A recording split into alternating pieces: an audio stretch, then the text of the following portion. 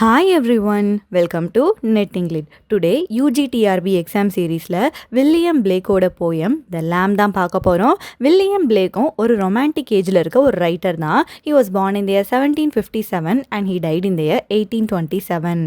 He is a visionary English poet, painter and also a print maker அப்படிங்கும்போது printing பண்ணுவாங்கல்ல, அந்த ப்ரெஸ்ஸில் print பண்ணுறது, images எல்லாம் புக்கில் பிரிண்ட் பண்ணுறது, அந்த ஒர்க்கெல்லாம் கூட வில்லியம் பிளேக் வந்து பண்ணியிருக்காங்களாம். He was born in London and இவங்க ஒரு ட்ரெயின்டான என்கிரேவராகவும் கூட இருந்திருக்காங்களாம். என்கிரேவர் அப்படின்னா இமேஜஸ் ஆர் சம் டிசைன்ஸ் எல்லாத்தையுமே வந்து ஏதாவது ஸ்டோனாக இருக்கலாம், மெட்டலாக இருக்கலாம், ஆரல்ஸ் வுட்டாக இருக்கலாம், அதிலெல்லாம் செதுக்குவாங்கல்ல, அந்த பர்சனோட நேம் தான் என்கிரேவர். இவருக்கு வந்து முதல்ல இருந்தே பெயிண்டிங்ஸ், இந்த என்கிரேவ் பண்ணுறது, இந்த ஸ்கில் எல்லாமே வந்து இருந்திருக்கு. இந்த ஸ்கில்லை இவங்களோட ஓன் பொயட்ரி கலெக்ஷனில் இவங்க வந்து யூஸ் பண்ணியிருக்காங்களா. நல்ல ஒரு பெயிண்டர்னு பார்த்தோம்ல, இவங்களோட பொயட்ரி கலெக்ஷனில் எல்லாத்துலேயுமே அந்த போயம் இருக்குது அப்படின்னா அந்த போயம்க்கு ரிலேட்டடான ஒரு இமேஜோடு சேர்த்து அந்த போயமை இவங்க வந்து பிரிண்ட் பண்ணியிருக்காங்க. ஸோ இவங்களுக்கு நல்லா பெயிண்ட் பண்ண தெரியும், நல்லா என்கிரேவ் பண்ண தெரியும். இவங்களோட பொயட்ரி கலெக்ஷன் எல்லாமே வந்து இல்லுஸ்ட்ரேட்டட் பொயட்ரி கலெக்ஷன்ஸ் தான். இல்லுஸ்ட்ரேட்டட் அப்படின்னா படத்தோடு இருக்கும், ஒரு பிக்சரோடு சேர்ந்து அந்த போயம் வந்து இவங்க வந்து எழுதியிருப்பாங்களாம். இவங்களோட லைஃப் டைமில் இவங்க ஒரு அன்ரெகக்னைஸ்டு ஃபிகராக தான் இருந்திருக்காங்க. இவங்க ரொமான்டிக் ஏஜில் இருக்க ஒரு ரைட்டர் தான். பட் அந்த டைமில் யாருமே இவங்களோட டேலண்ட்டை வந்து ரெகக்னைஸ் பண்ணலை. இப்போது ரொமான்டிக் ஏஜோட ஒரு ஃபவுண்டேஷனல் ஃபிகராக வந்து நம்ம இந்த வில்லியம் பிளேக்கை வந்து பார்க்கலாமா. இவங்களோட ஃபேமஸ் ஒர்க்ஸ் எல்லாம் பார்த்தோம் அப்படின்னா songs of innocence and experience, the marriage of heaven and hell and Jerusalem, இதெல்லாம் இவங்களோட ஃபேமஸான ஒர்க்ஸாக வந்து இருக்குது. இவங்களோட songs of innocence and songs of experience இதை பற்றி கொஞ்சம் டீட்டெயில்டாக வந்து பார்ப்போம். ஏன்னா இந்த போயம் த lamb இருக்குல்ல, இது வந்து சாங்ஸ் ஆஃப் இன்னசென்ஸ் அந்த கலெக்ஷனுக்குள்ளே தான் இருக்குது. ஸோ அதை பற்றி இன்னும் கொஞ்சம் டீட்டெயில்டாக பார்ப்போம். இந்த ரெண்டு புக்கையுமே இவங்க வந்து ஜாயிண்ட்டாக வந்து பப்ளிஷ் பண்ணுறாங்க. முதல்ல 1789 அந்த டைமில் சாங்ஸ் ஆஃப் இன்னசென்ஸ் அதில் இருக்க போயம்ஸ் எல்லாமே முதல்ல வந்து வெளிவருது. தென் 1794 கிட்டத்தட்ட ஒரு 5 இயர்ஸ் கழிச்சு சாங்ஸ் ஆஃப் எக்ஸ்பீரியன்ஸ்னும் கொஞ்சம் போயம்ஸை கம்போஸ் பண்ணி இந்த ரெண்டு புக்கையும் சேர்த்து நம்ம வில்லியம் பிளேக் வந்து சேர்ந்தே வந்து பப்ளிஷ் பண்ணுறாங்க இந்த இயர் 1794. இது ரெண்டுமே சேர்ந்தாதான் பப்ளிஷ் ஆகியிருக்கு. தென் சாங்ஸ் ஆஃப் இன்னசென்ஸ் பார்த்தோம் அப்படின்னா இதில் எல்லாமே வந்து போயம்ஸ் வந்து சில்ட்ரன் பற்றின போயம்ஸாக வந்து இருக்குது. முக்கியமாக இந்த போயம்ஸில் சில்ட்ரன் தான் ஸ்பீக்கராக வந்து இருப்பாங்க.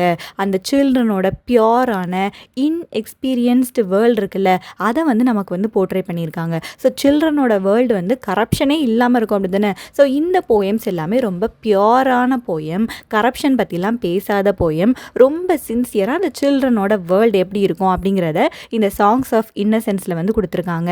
தென் சாங்ஸ் ஆஃப் எக்ஸ்பீரியன்ஸ் இதில் பார்த்தோம் அப்படின்னா அப்படியே அந்த இன்னசென்ஸ்க்கு ஆப்போசிட்டாக டார்க் பிளேசஸ், கரப்ஷன் எங்கெல்லாம் இருக்கோ அந்த பிளேசஸை ஃபோக்கஸ் பண்ணி இந்த ஒர்க்கை வந்து எழுதியிருக்காங்க. லாஸ்ட் ஒர்க்கில் கரப்ஷனே கிடையாது, ஏன்னா சில்ட்ரனோட வேர்ல்டு. இந்த எக்ஸ்பீரியன்ஸ் புக்கில் பார்த்தோம் அப்படின்னா ஃபுல்லாக கரப்ஷன் எங்கெல்லாம் இருக்குது அப்படின்னா அந்த டைமில் சர்ச்சில் இருந்திருக்கு, பாலிட்டிக்ஸ் அண்ட் சொசைட்டியில் இருந்திருக்கு. ஸோ அதை பற்றிலாம் இந்த எக்ஸ்பீரியன்ஸ் புக்கில் வந்து பேசியிருக்காங்களா. இந்த புக்கில் வந்து இன்னமும் கூட வந்து ஜெலசி, கரப்ஷன் அண்ட் சொசைட்டியில் இருக்க எல்லா கிரிட்டிக்கலான திங்ஸ் பற்றி இந்த சாங்ஸ் ஆஃப் எக்ஸ்பீரியன்ஸில் வில்லியம் பிளேக் வந்து பேசியிருக்காங்க. இன்னொரு இம்பார்ட்டண்ட்டான இன்ஃபர்மேஷன் என்ன அப்படின்னா இந்த ரெண்டு ஒர்க்லேயுமே கம்பேனியன் போயம்ஸ் மாதிரி கொடுத்துருக்காங்களாம். ரெண்டுலேயுமே தனித்தனியான போயம்ஸ் இருக்குது. பட் அதில் இருக்க ஒரு போயம் வந்து இங்கே இருக்க போயம்க்கு ஒரு கம்பேனியன் போயமாக இருக்குமா. ஃபார் எக்ஸாம்பிள் இப்போ நம்ம சாங்ஸ் ஆஃப் இன்னசென்ஸில் தான் நம்மளோட ப்ரிஸ்கிரைப்டு போயம் த lamb வந்து இருக்குது. அதுக்கு அப்படியே ஒரு கம்பேனியன் போயமாக சாங்ஸ் ஆஃப் எக்ஸ்பீரியன்ஸில் இருக்க போயம் என்ன அப்படின்னா த டைகர் அப்படின்னு சொல்லி ஒரு போயம் வந்து இருக்குது. இப்போ lamb அந்த கிரியேச்சரை வந்து பாருங்கள், ரொம்ப இன்னசென்ட்டான ஒரு கிரியேச்சர், பார்க்கவே ரொம்ப அப்பாவி மாதிரி இன்னசென்ட்டாக இருக்கக்கூடிய ஒரு கிரியேச்சர் தான் த lamb. அதுக்கு அப்படியே ஆப்போசிட்டாக பாருங்கள் டைகர் பார்த்தோம் அப்படின்னா ஒரு ஃபெரோஷியஸான கிரியேச்சர். ஸோ இப்படி இன்னசென்ஸ்லேயும் எக்ஸ்பீரியன்ஸ்லேயும் கம்பேனியன் போயம்ஸாக இவங்க வந்து கிரியேட் பண்ணியிருக்காங்களா. மொத்தம் சாங்ஸ் ஆஃப் இன்னசென்ஸில் 30 போயம்ஸ் இருக்குது, சாங்ஸ் ஆஃப் எக்ஸ்பீரியன்ஸில் 30 போயம்ஸ் வந்து இருக்குது. இவங்க வந்து ஒரு இல்லுஸ்ட்ரேட்டட் பொயட்ரி கலெக்ஷன் தானே வெளியிட்டிருக்காங்கன்னு பார்த்தோம். சைடில் ஒரு இமேஜ் கொடுத்துருக்கேன், இந்த டைகர். அதில் இவங்க அந்த இமேஜை வந்து இவங்களே வரைஞ்சி அதை அப்படியே வந்து பப்ளிஷ் பண்ணியிருக்காங்க. ஃபெரோஷியஸான ஒரு tiger and also the poem ரெண்டையும் சேர்த்து தான் இவங்க வந்து பப்ளிஷ் பண்ணியிருக்காங்களாம்.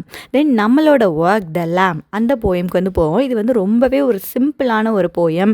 2 ஸ்டான்ஸாக தான் அந்த போயமில் வந்து இருக்குது. ஒரு ஸ்டான்ஸாக்கு 10 லைன்ஸ் அப்படி சொல்லிட்டு 2 ஸ்டான்ஸாவாக டோட்டலி 20 லைன்ஸ் இருக்க ஒரு ரொம்ப சிம்பிளான ஒரு போயம் தான் இந்த லேம்பா வந்து இருக்குது. முதல்ல நம்ம ஸ்டான்ஸா 1 வந்து பார்ப்போம். ஸ்டான்ஸா 1ல இதோட ஸ்பீக்கர் வந்து சில்ட்ரனாக தான் இருப்பாங்கன்னு சொல்லி பார்த்தோம் அப்படி தானே. ஒரு சைல்டு வந்து ஒரு லேம்ப் கிட்ட வந்து பேசுகிற மாதிரி தான் இந்த போயமை வந்து கம்போஸ் பண்ணியிருக்காங்க. அந்த சைல்டு வந்து அந்த லேம்ப் கிட்ட வந்து போயிட்டு கேட்குது, little lamb who made thee, little lamb உன்னை வந்து யாரை மேக் பண்ணாங்க அப்படிங்கிறது உனக்கு வந்து தெரியுமா? ஸோ இந்த ஸ்டான்ஸா ஃபுல்லாகவே அந்த சைல்டு வந்து அந்த லேம்ப் கிட்ட கொஸ்டின் கேட்குற மாதிரி இருக்குது. ஃபஸ்ட்டு கொஸ்டின் என்ன அப்படின்னா, லிட்டில் லேம்ப் யார் உன்னை மேக் பண்ணாங்கன்னு தெரியுமா அப்படி சொல்லி கேட்குது. Dust tau no who made the, dust அப்படின்னா என்ன அப்படின்னா டூ யூ நோ தான். இது வந்து ஓல்ட் இங்கிலீஷில் வந்து எழுதியிருக்காங்க. Do you know who made thee அப்படி சொல்லி ரிப்பீட்டடாக 2 தடவை அந்த லேம்ப் கிட்ட அந்த சைல்டு வந்து கொஸ்டின் பண்ணுதான். அடுத்த கொஸ்டின் என்ன அப்படின்னா, யார் உனக்கு வந்து லைஃப் கொடுத்தாங்கன்னு தெரியுமா? ஹூ கேவ் தி லைஃப் அப்படிங்கிறது உனக்கு வந்து தெரியுமா? யார் உனக்கு வந்து சாப்பாடு கொடுக்குறாங்க அப்படிங்கிறதும் உனக்கு வந்து தெரியுமா? நீ வந்து லிட்டில் லேம்ப் அப்படி தானே. ஸோ உனக்கு யார் லைஃப் கொடுத்தாங்க, யார் சாப்பாடு கொடுத்தாங்க, அதெல்லாம் உனக்கு வந்து தெரியுமா அப்படி சொல்லி கேட்குது. அண்ட் இந்த லேம்போட பிளேஸ் வந்து என்ன அப்படின்னா, நேச்சுரலான ஒரு பிளேஸில் தான் லேம்ப் வந்து அதோட உணவெல்லாம் எடுத்துக்கும். இப்போ ஒரு ஸ்ட்ரீம் இருக்குது அப்படின்னா அந்த ஸ்ட்ரீமில் போய் தண்ணி குடிச்சுக்கிடும். அது பக்கத்தில் நிறைய மெடோ இருக்குது அப்படின்னா அந்த மெடோவில் இருக்க புல் எல்லாத்தையும் அது வந்து சாப்பிடும் அப்படி தானே. ஸோ இது எல்லாத்தையும் கொடுத்ததும் உனக்கு வந்து காட் தான். By the stream and over the mead, mead அப்படின்னா மெடோ.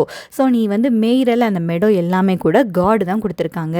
காட் நெக்ஸ்ட் உனக்கு என்ன கொடுத்துருக்காங்க அப்படின்னா, கிளாதிங் ஆஃப் டிலைட். உன்னோட ட்ரெஸ் இருக்குல்ல, அதுவே எவ்வளோ ஒரு டிலைட்ஃபுல்லான ஒரு ட்ரெஸ் தெரியுமா? சாஃப்டான உல் வச்சு நல்லா பிரைட்டான கிளாத்திங் வந்து காட் வந்து உனக்கு வந்து கொடுத்துருக்காங்க. நல்லா ஃப்ளஃபியாக இருக்கும்ல லேம்போட அந்த உல் வந்து.